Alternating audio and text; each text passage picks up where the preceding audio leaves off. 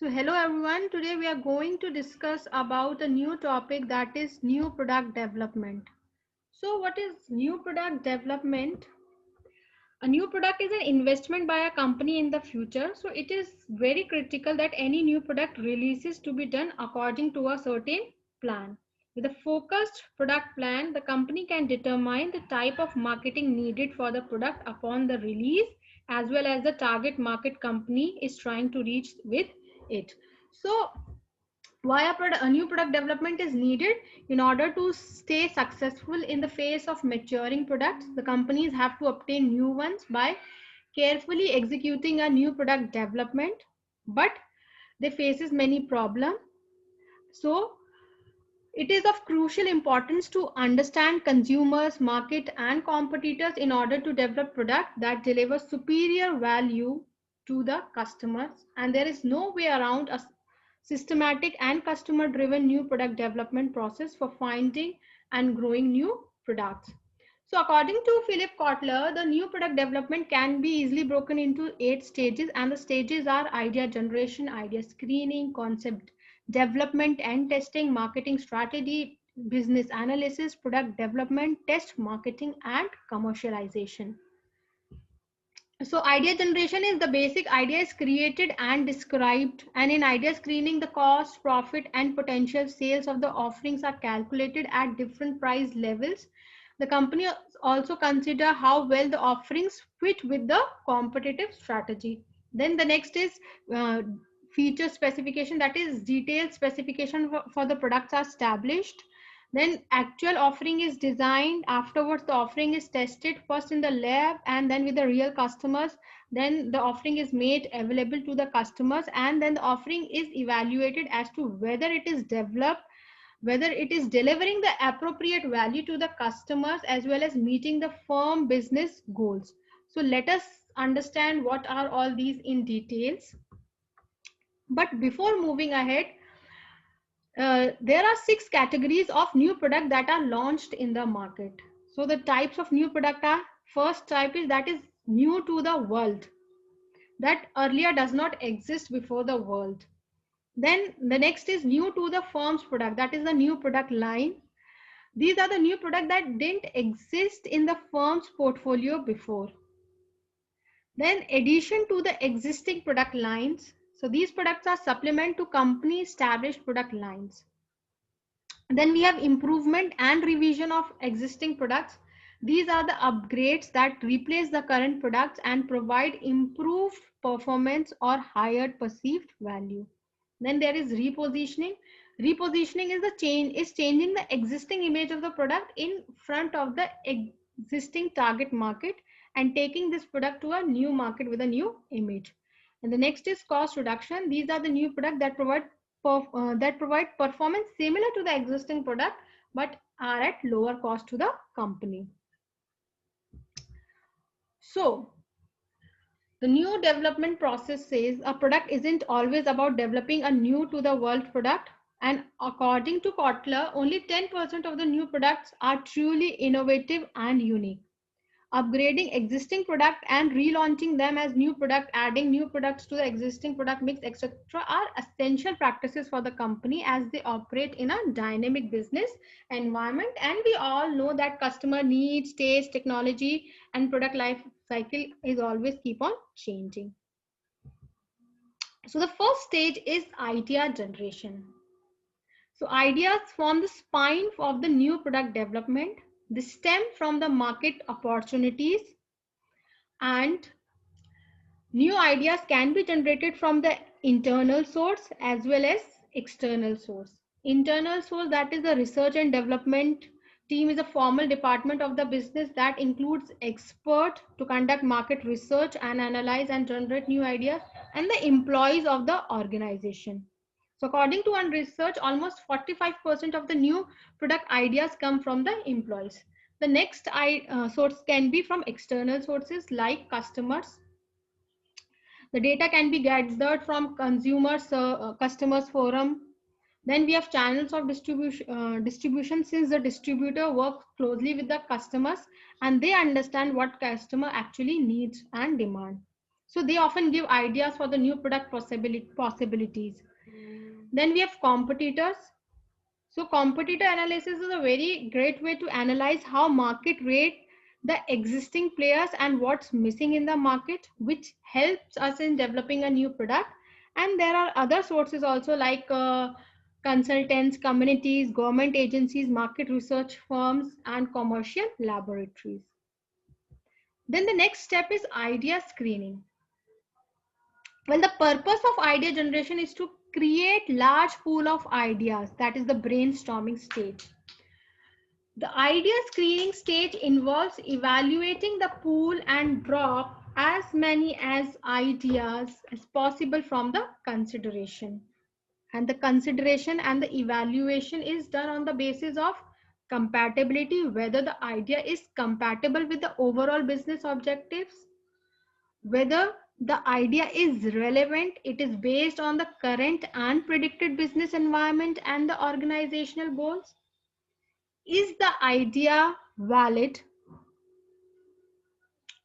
We should also consider the internal and the external constraints which will hinder the growth of the idea into the reality. We should check the feasibility of the idea according to the resources available. Then we should check the idea's predicted return on investment and see the risk associated, the internal or the external risks that may hinder the idea progress. There are the likelihood of two types of error in the new product development process. So the idea screening phase acts as a filter to prevent the business from them. So the errors are drop error, that is dismissing of a good idea, and go error, that is moving forward with a bad idea.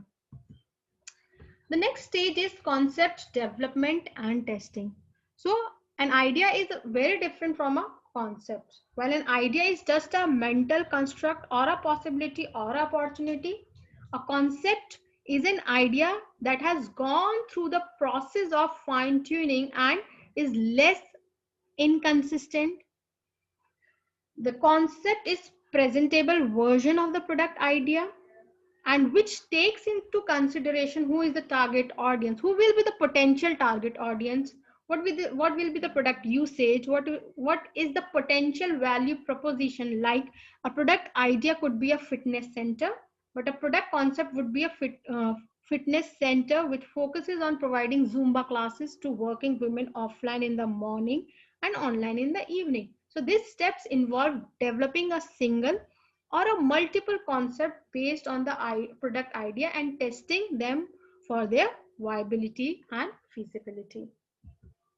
So concept development, let us understand with the help of an example, like example of an electric car as a product idea. So the possible product concept for this electric car could be: first concept, an affordable electric car focused on working individuals who commute daily. So this car can be charged at home but isn't viable for long distance travel. The second concept is mid-price electric car for environment focused millennium. The car has sporty looks and there are recharging points available. The third concept is a high priced electric SUV for high earning individuals who care about the environment. So these are the three concepts. Now the concept testing. Once the concept is developed, it is tested using various methods and processes like concept test surveys. So these are the plant target audience is asked to answer some product related questions, and these answers are further analyzed to test the viability of the concept. And the next is prototype. The prototype is developed to understand the viability of the product better. So the testing different concept gives us the clear picture to the management on which concept to take further and which concept to drop based on all the feasibility, based on all the resources available with the firm. The next step is marketing strategy development. So once the concept is finalized, the next step involves developing a marketing strategy for the new product. So it is divided into three parts. That is the detailed description of the target market size, structure and behavior, planned value proposition, the positioning strategies, and sales size, what will be the market share, profit goals for the first few years. Then the outline of the pricing strategy, the distribution strategy, and the required marketing budget for the first year. And the third is the marketing mix strategy and the planned long-term sales and profit goals. The next step is business analysis. So once the product and its marketing strategy is finalized, the next steps involves the evaluation of business attractiveness of the proposed product. So whether it is an attractive option or not, that has to be evaluated. And this step of new product development process involves a review and analysis of the sales, cost, and profit projections of a new product. So in simple terms, these steps evaluate the product as a business by reviewing the cost involved in producing, marketing, and selling, what will be the projected sales, and what will be the projected profits. So this analysis is done either by conducting market surveys, consulting the experts, or by analyzing the history of similar products. So once this is done, this analysis is then compared with the company's objectives, and the product goes into the production stage only if these factors satisfy with the company's objectives. The next stage is product development. So the product only existed as a word up to this stage, as a description, as a drawing, or as a prototype. But once the business analysis clears the product, the work is handed over to the research and development for the actual product development. So it may take days, weeks, or months to develop the final product, as a product goes through a series of testing phases known as alpha testing and beta testings to validate all the assumptions and incorporate everything that was promised during the previous stages. So what is alpha testing? Alpha testing is the testing the product within the firm to make it sure it fits the standards set. And the beta testing involves launching market value proposition or a test version in market to validate the product market size. However, it does not involve testing the final product or marketing strategy. The next is test marketing or market testing. So once the product is developed, and product development is completed, the product is then dressed up with the brand identity and released in the selected market segment as a pilot for testing. So these steps involve the company to test both the final product and its entire marketing and branding strategies, including the positioning strategies, the pricing strategies, the communication strategies, the promotional strategies, and the distribution strategy. The product is developed in full scale only after test marketing shows the positive results. So there are three types of test marketing. Standard test marketing. So it is a small representative market where the firm conducts a full marketing campaign and uses store audits, consumer surveys, distributor surveys, and other methods to analyze the performance. Then the next is controlled test market. These are the artificial testing venues, like a panel of stores that they have agreed to carry a new product for a fee. Then the next is simulated test markets. These are the events where the firm create a shopping environment and analyze the consumer behavior with respect to the new product and its competitors. This test market also let researchers to interview their customers. The next stage is commercialization. So test marketing provides the management with the information needed to make the final decision about the product launch. Once the final decision is made and product is decided to be launched in the market, the new product goes into the final stage, and the final stage, that is the commercialization phase or the introductory phase, that is, and is finally produced in the needed quantity. That introductory phase means we have studied the product life cycles of the after product development. The first phase is introductory phase. So the product goes into the introductory or the commercialization phase. So this stage involves the highest cost as manufacturing units are purchased, advertising and communication campaigns are executed in order to inform the customer about the product. Sales and promotion and other marketing efforts are executed to develop an initial demand.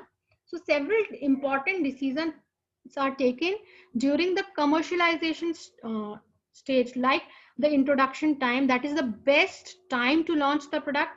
Then the introduction place, that is the decision about the place.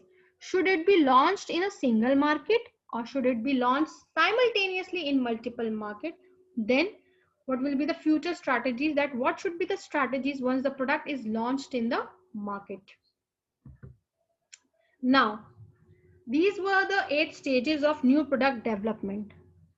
But sometimes the product fail, new product fail. So what are the reasons for the product failures? So what are the major reasons for product failures?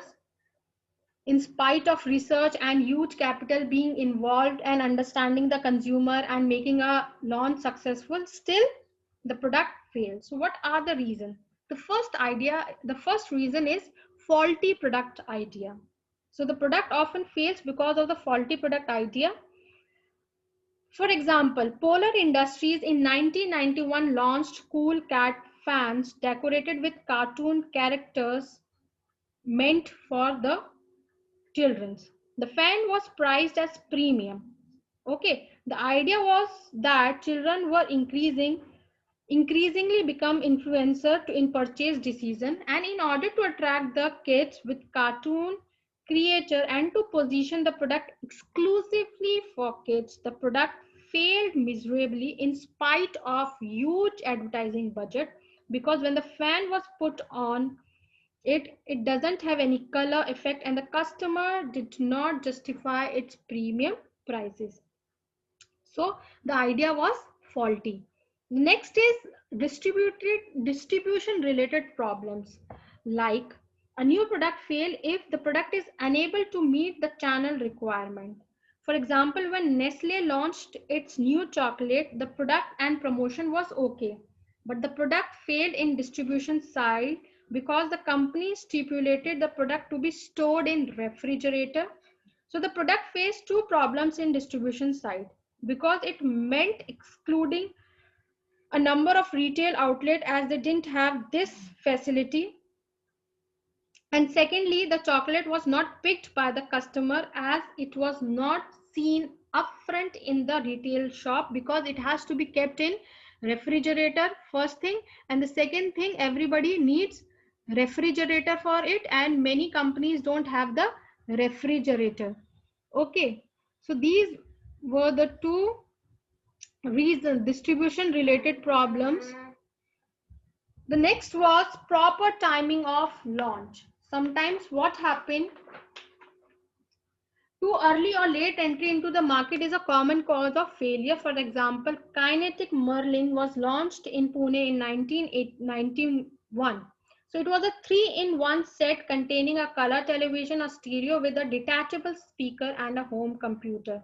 But it failed. The product was targeted at Indian consumer who found of sophisticated gadget to immediately adopt such an innovative idea. But in reality, the idea was too advanced for the customers to digest at that time, because they were not exposed to such type of product. Then the last one is improper positioning. Like, positioning means putting the product into predetermined orbit. So improper positioning may affect the product success. Like Titan Tanishq introduced their 18 karat jewelry and the product was positioned at elite segment, but there was contradiction as to why these elite segment should go in for low carat gold, because the norms for the gold in India is 22 carats. So the product failed miserably and Titan has to introduce 22 carat jewelry only. So it was the case of improper positioning. So the bottom line is, even though there are 8 different steps of new product development, the focus is one, creating superior value, because only when you develop a superior customer value, you can develop a product worth selling. So thank you. That's all for now. Thank you for listening so patiently.